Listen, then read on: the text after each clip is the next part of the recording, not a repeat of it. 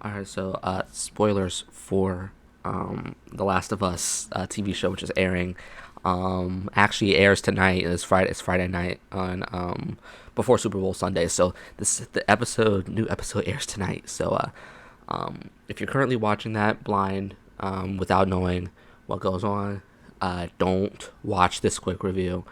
I played this a while ago, so I know everything that's going to happen. I probably will spoil a lot of stuff. So yeah, give you a couple of seconds. Five, four, three, two, one. Sick. Welcome back to another quick review. Today we are talking about The Last of Us Part One. Um, this game is great, and for the most part, it's great.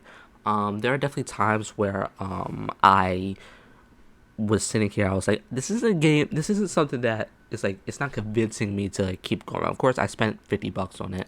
While I was on sale during the holiday season, so I was like, I had to finish it. I feel that obligation to finish it because I spent $50 on it. But um,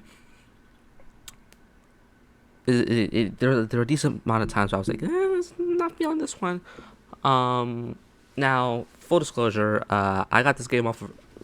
I know I got into this game off of a recommendation from two of my best friends who are heavily into The Last of Us, and I actually watched a playthrough of it when Part One, the remake, came out back in September. So I didn't know everything that was going to happen going in to Part Two. I mean Part One. My bad. But yeah, but I wanted to play this game on my own due to the show coming out. And there are definitely points like where like the first hour and a half of this game is really good, and then Tess dies, and then from then to when you meet Sam and Henry, that's kind of like a lull for me where you have like where where it's not as fun or entertaining as it was earlier. I'm just naturally bad at stealth in most games that I play. I'm having a hard time playing Metal Gear Solid 5 at the moment, but I'm just naturally bad with stealth, and so like for me that was like a hard point. It's like everything with like Bill and the Raiders, while I think we're all really cool, were things that didn't really keep me playing. And then you get to Sam and Henry, and that's when the game starts to shift into high gear. Because that entire arc with Sam and Henry was one of my favorite parts of the game. I loved Sam and Henry's arc, and really just shows what people have to do to go through the apocalypse, their psychological issues, their mental issues, and what Sam had to do.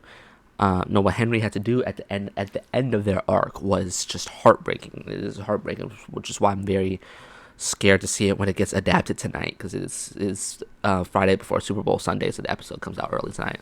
Which is, yeah, so I'm scared for it to get adapted tonight, to see it adapted tonight, because that's one of my favorite parts of the game.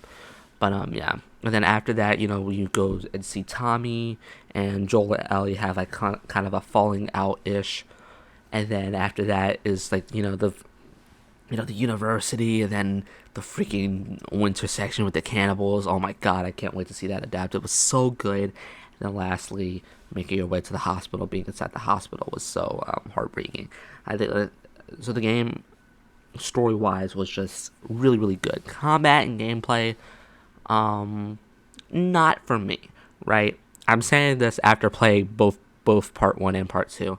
Not for me because I'm just not naturally great at stealth, and item management I can handle a bit more because of my previous knowledge with JRPGs. Item management is kind of a must, but I feel like it's kind of taken to an extreme in this game, where like you have to be careful. I get why they do it for the purposes of the game, but like it is borderline stressful at times. So yeah, play this game at your own risk. If you don't like all that stuff, then don't play it. Just watch it play it through, or watch the show. But I will say the show deviates like it deviates when it needs to. So for example, Bill and Frank's story in the game is completely different than their story in the show. There are stuff that connects and stuff that does stay the same, but for the most part, 90% of what happens in the show in that episode is completely different from what happens in the game. So yeah, be warned when going into this game. It's not for everybody. It definitely isn't. The story probably is, but the game itself not for everybody. But I still really enjoyed it. I think it's like an 8 out of 10 for me. See you next time. Bye.